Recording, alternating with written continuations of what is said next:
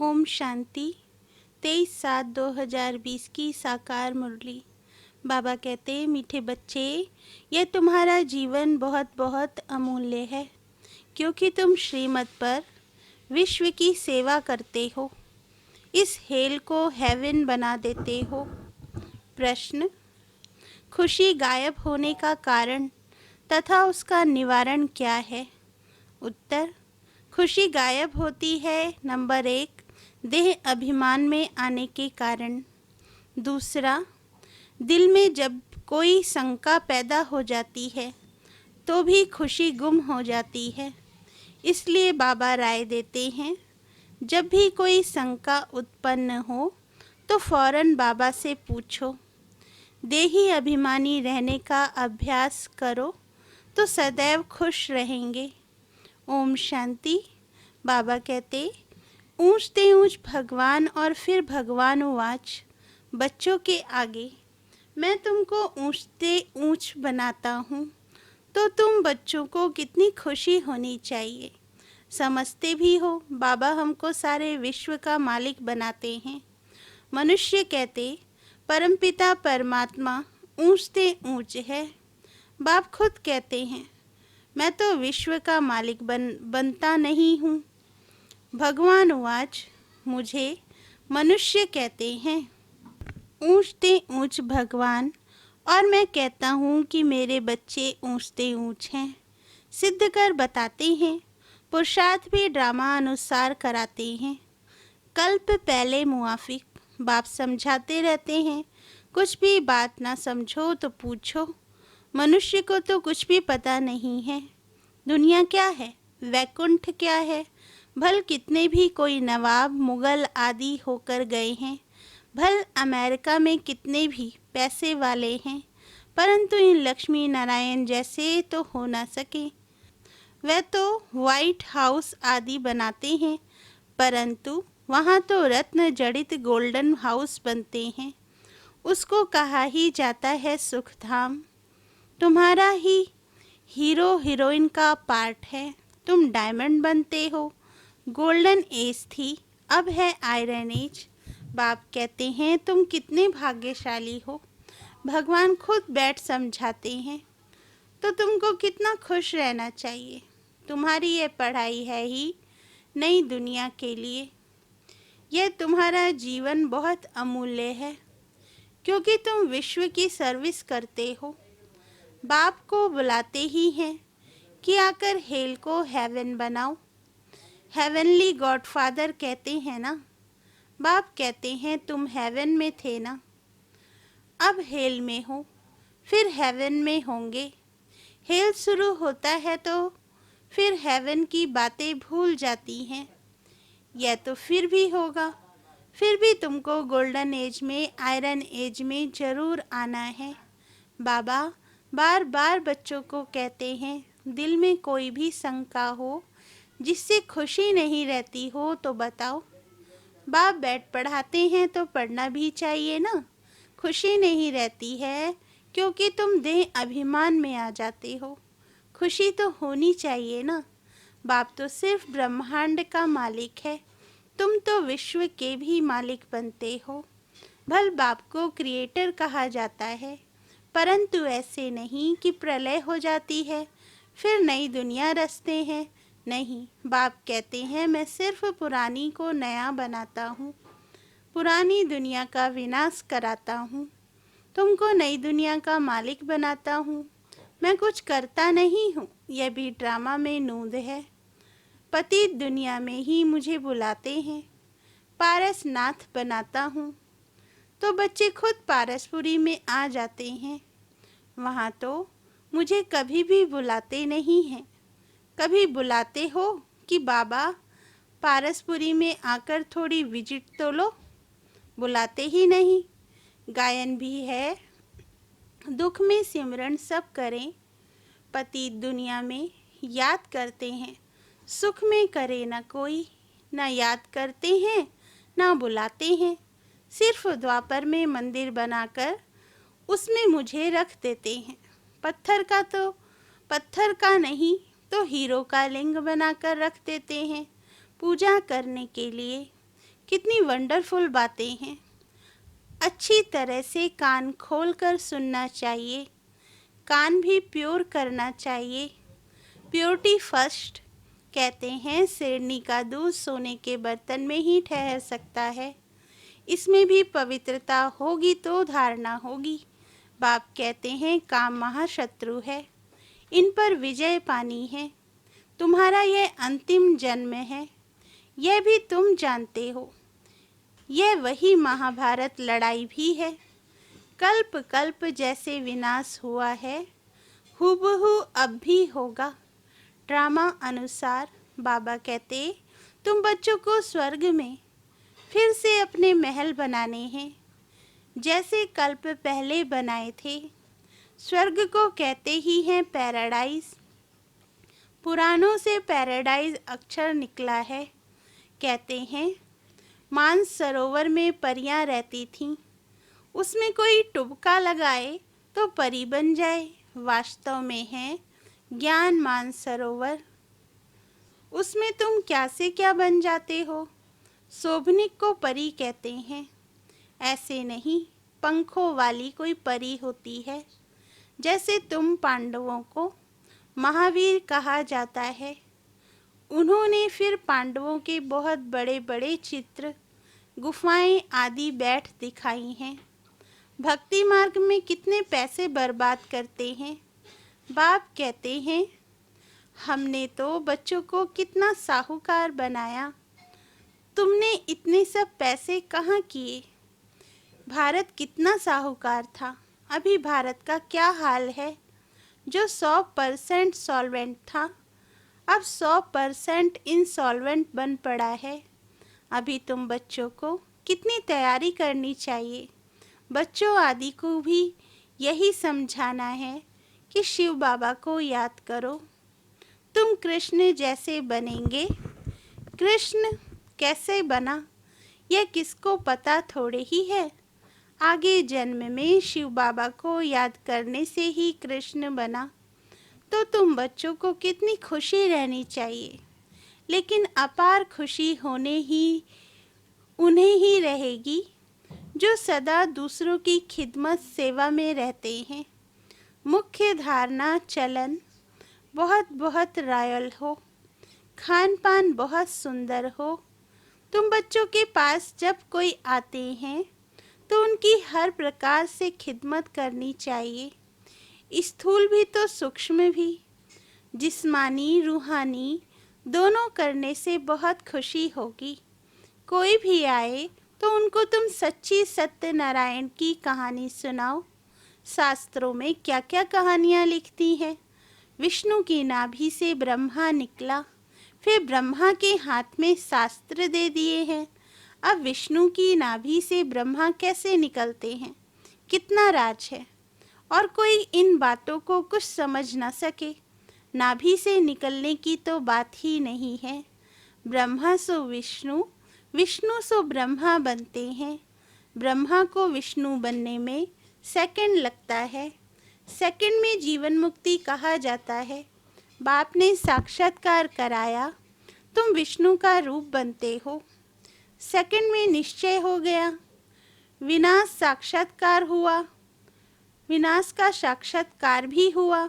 नहीं तो कलकत्ता में जैसे राजाई ठाट से रहते थे, कोई तकलीफ नहीं थी, बड़ा रॉयल्टी से रहते थे। अब बाप तुम्हें ज्ञान रत्नों का व्यापार सिखलाते हैं। वह व्यापार तो इनके आगे कुछ भी नहीं है, परंतु इनके पार्ट और तुम्हारे पार्ट में फ़र्क है। बाबा ने इनमें प्रवेश किया और फट से सब छोड़ दिया। भट्टी बननी थी, तुमने भी सब कुछ छोड़ा। नदी पार कर आए, भट्टी में पड़े, क्या क्या हुआ कोई की परवाह नहीं।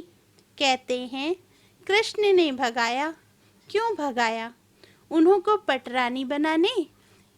यह भट्टी भी बनी तुम बच्चों को स्वर्ग की महारानी बनाने के लिए।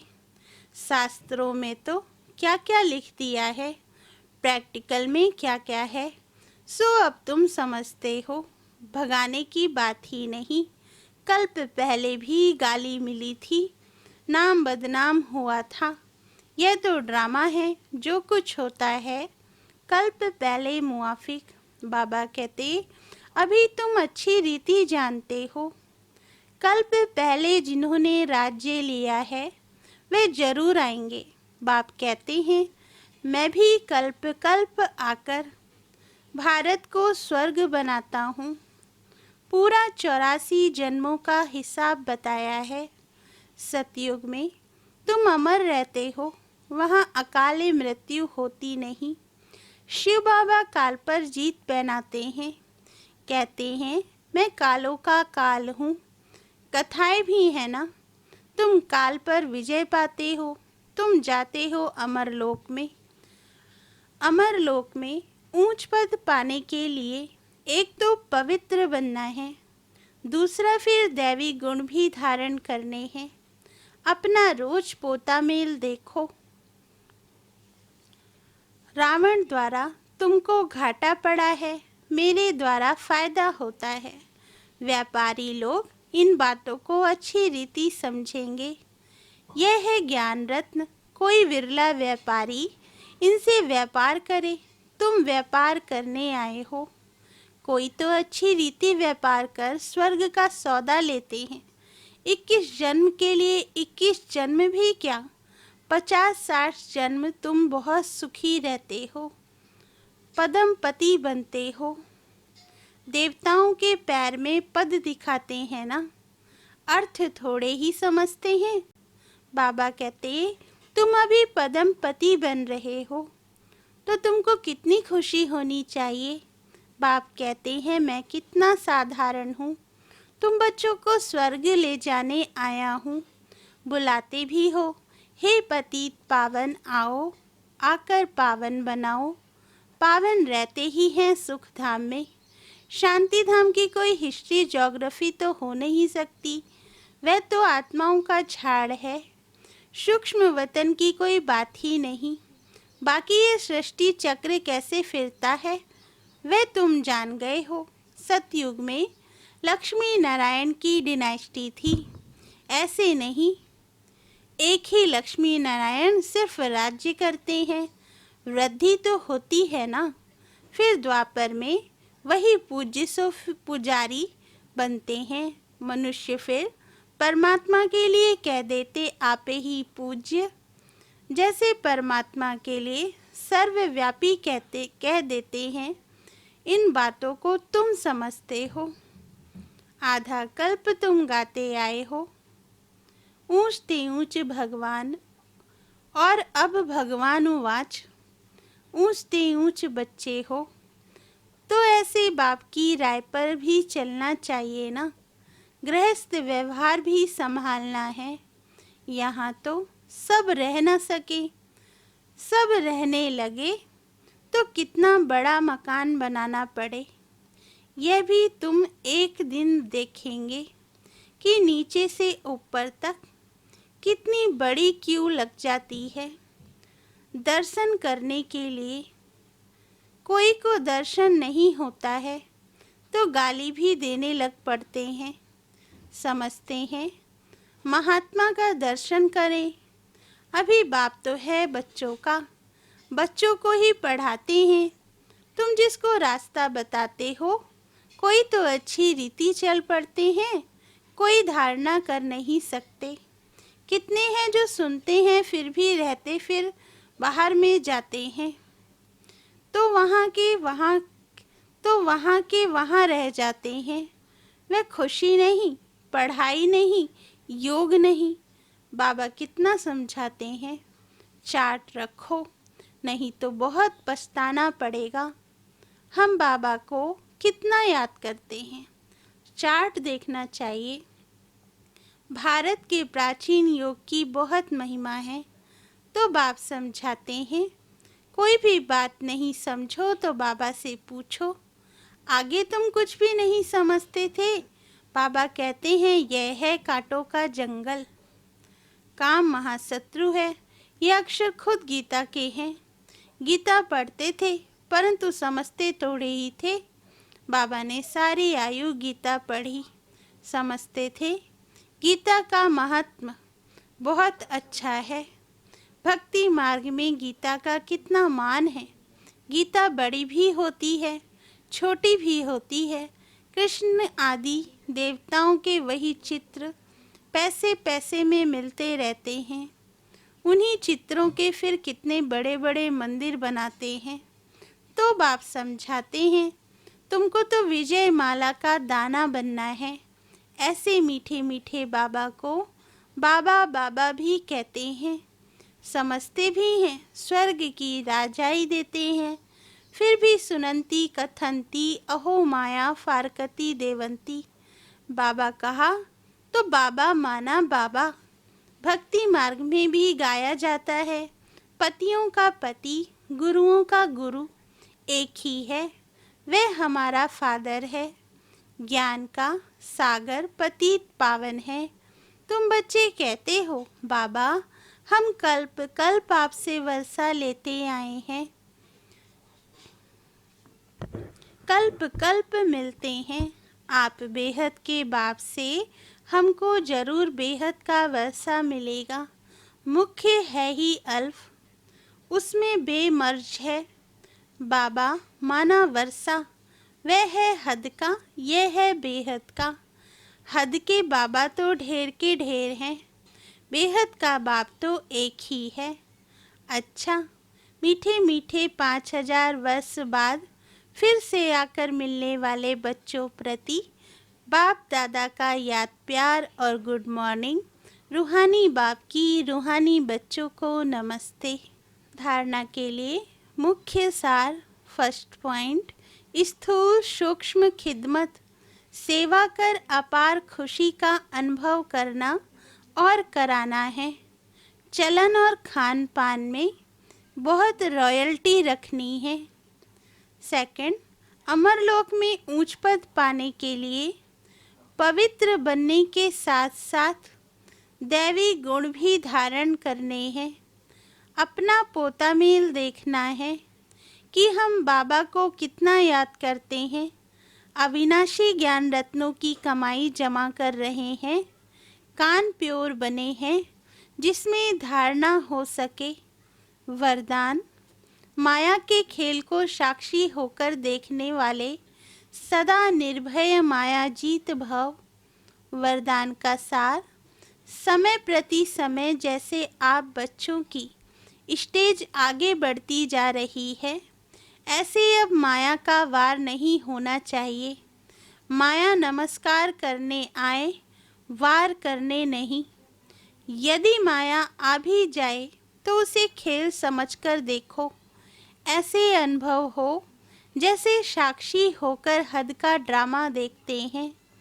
माया का कैसा भी विकराल रूप हो, आप उसे खिलौना और खेल समझकर देखेंगे तो बहुत मज़ा आएगा।